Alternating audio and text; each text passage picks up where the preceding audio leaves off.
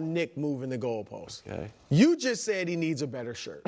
That's moving the goalpost. He needs a better shirt. He does. Bro, he's just saying he's a franchise quarterback in this league. He shouldn't look Kirk like Cousins. Yes, exactly. You know what? Just saying, Brew, fold your hands. different strokes for different folks. Okay, all right. Sorry. Go ahead. I don't even know what the question is. I know, because you were so happy to take out the cheap goalpost. Yeah. Were you impressed by a CMC-less 49ers squad? You're supposed to go at Nick saying you said he couldn't win CMC. He's like, I never said that. I said it about Trent Williams. Like, well, you insinuated. You said he couldn't win without Christian McCaffrey. No, I mean, they have a run game, and McCaffrey's great. But they have always had a really good run game, even before McCaffrey got there. Raheem Mostert averaged 5.5 yards a carry when they got to the Super Bowl. Elijah Mitchell was good for them. Jeff Wilson. So it goes back I to thought Shanahan's yesterday that Purdy, it's going to be interesting this year because remember last year, he and McCaffrey were in that battle to see which Niner would be in the MVP race. Purdy is, I said it earlier, the straw that stirs the drink to the offense. All the other guys are great. We kind of see it in Philly. Like now and you, to your credit, you were early on Jalen, but they got weapons galore. They probably got better weapons or right there with San Francisco. Can Jalen get it done? We see Purdy continuously getting it done with these weapons. So it was impressive, of course. I would have liked to see Purdy push it into the end zone, of course, and Ayuk dropped the ball. But that's an offense with no McCaffrey, with Brandon Ayuk clearly rusty, 2 drops, and they rolled over what we think is a good defense. So, yeah, I was very impressed. It was impressive to see them impose their will on a defense that was supposed to be this juggernaut and stop the run and not allow a team to just line up and punch them in the mouth every single play. Outside of that, Kyle Shanahan was like, run it again, guys. Right. Yeah. Run it again. It was like on repeat. So I can't. Clearly, the most dominant, the dominant team on the field in a completely different class than the New York Jets, and a great win. But it was impressive because of how it looked and how physically dominating they were when you go back a couple weeks and you don't have an Ayuk in camp and you don't have Trent Williams available and you have Christian McCaffrey clearly not practicing every day.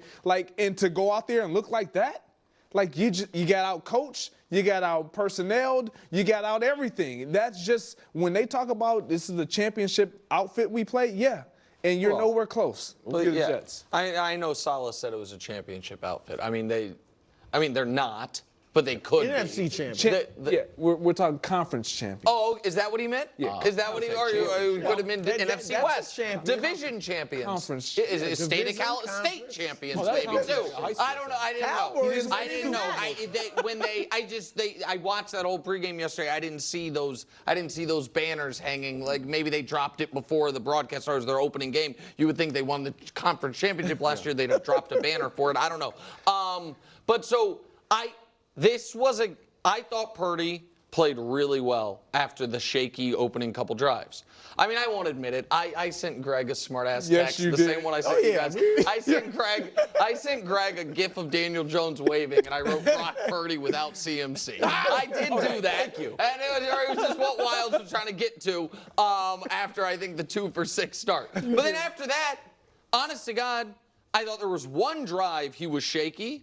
Late in the mid-third quarter, and he missed a guy, and somebody got hit, and Troy kind of critiqued him for it. Other than that, I didn't see him miss a pass, really. Yeah. You know what I mean? There was that, the beginning of the game, the one drive, everything else, he was accurate on everything. Like you said, downfield. Yeah, he had one nice scramble. He was pushing the ball downfield. So this is where I think the stats can be deceiving. I thought this was a more impressive performance than some of those 120 passer rating, 3 touchdown games he had last year. I thought he played really, really well. And go ahead. Were you impressed? I know we just did Mahomes Mountain, but we saw so many quarterbacks not play up to their potential. I banged on Joe Burrow. Joe Burrow didn't look like Joe Burrow. Yes. Purdy's looked like, hey, it's fine. It feels like week 19. I'm still going from last year. Yes, I think I am including in the context of how he where I would rank his performance amongst all the quarterbacks I saw this week. And like off the top of my head, I think Mahomes was better. I think Baker was better. Yeah. There's another obvious really good Stafford. Maybe. Tua's close. Tua's in better numbers, but I didn't win Derek Carr for sure, Josh Allen. And that's probably, you know what I mean? Yeah. So right there. So like the top 6 or 7 performances of the weekend. And doing it without McCaffrey does matter to me. Mm-hmm. Now, even though Mason did a hell of a Christian McCaffrey impersonation, I also think the big story for the Niners is Mason doing this because I think McCaffrey could be out. Right, let him rest. Weeks. Let him rest. The ESPN had a good article that said their next 2 games are on turf. I didn't even think about that. It's like, oh, you want to keep him away from turf with this. He shouldn't play. Yeah, especially if Mason can do this. Do you want to?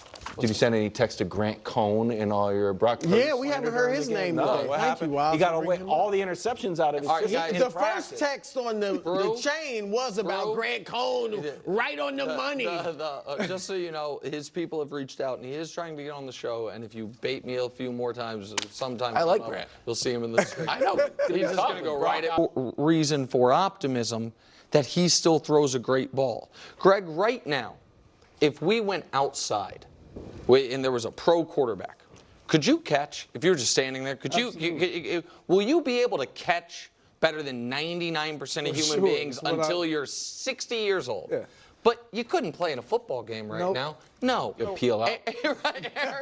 Aaron's going to be able to throw. Like there are I understand there are certain guys that, Breeze, his arm got shot. Big Ben, his arm got shot. But Dan Marino, to this day, can throw a pretty ball. Does it at practices. Correct.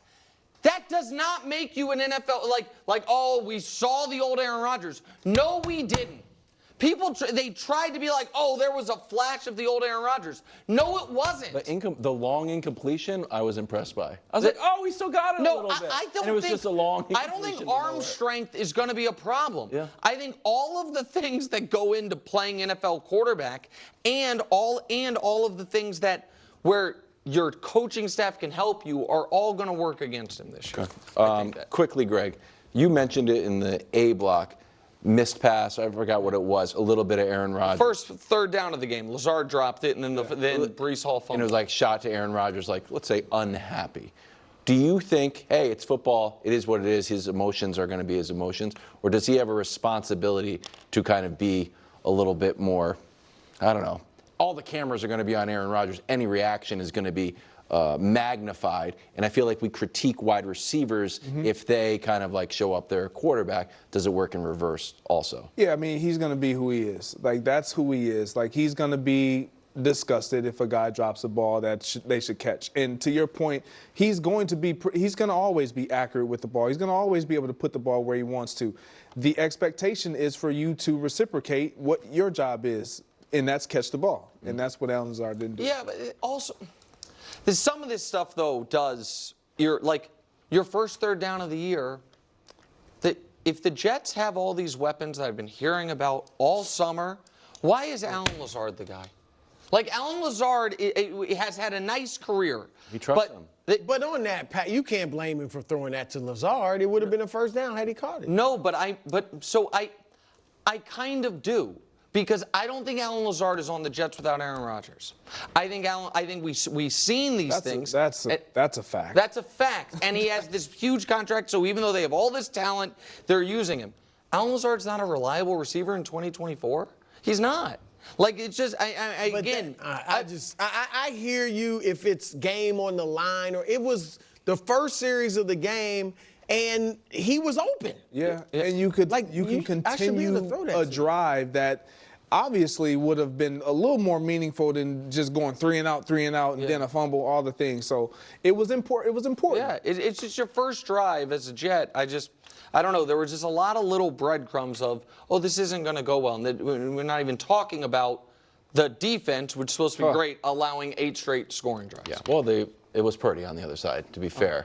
So Purdy, 19 for 29, 231 yards. Verbatim text from Brew. He's outplaying a Hall of Famer by leaps and bounds. Purdy's straight surgical. He was. Post game. for us as an offense, it's like, man, we want to score touchdowns, and we're hard on ourselves about, like I think it was like a 3rd and 8 or 3rd and 10 and coming up short. And it's like, man, like,